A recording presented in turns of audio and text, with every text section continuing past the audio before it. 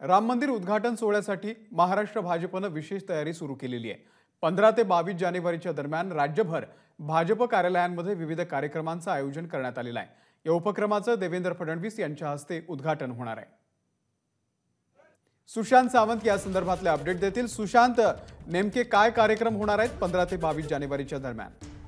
अमोल, आज जर आपण बघितलं असेल तर देशभर राम मंदिर उद्घाटनाचा सोहळा जो आहे तो भाजपकडून केला जाणार आहे। महाराष्ट्र भाजपकडून देखील विविध कार्यक्रमांचं आयोजन जे आहे ते मुंबईत आणि महाराष्ट्रात करण्यात आलेलं आहे। जी आपल्याला माहिती मिळते त्यानुसार 15 ते 22 जानेवारीला विविध कार्यक्रम भाजप प्रदेश कार्यालयात होणार आहे। त्यामध्ये जर बघितलं असेल तर अनुप जलोटा यांचा भजनाचा कार्यक्रम असेल, त्यासोबत सोमा घोष यांचा शास्त्रीय संगीताचा कार्यक्रम असेल, त्यासोबत रामायण मालिकेतील अभिनेता आणि अभिनेत्रीचे देखील या ठिकाणी उपस्थिती असणार आहे। संपूर्ण 7 दिवसाचा हा कार्यक्रम असणार आहे आणि या कार्यक्रमाचं उद्घाटन जे आहे ते उपमुख्यमंत्री देवेंद्र फडणवीस यांच्या हस्ते होणार आहे। त्यासोबत राहुल नार्वेकर यावेळी उपस्थित असतील, प्रदेश अध्यक्ष चंद्रशेखर बावनकुळे यावेळी उपस्थित असतील।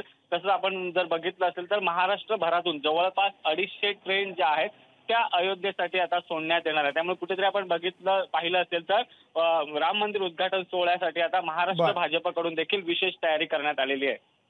सुशांत, धन्यवाद दिलेल्या या संपूर्ण माहितीबद्दल। एबीपी माझा, उघडा डोळे बघा नीट।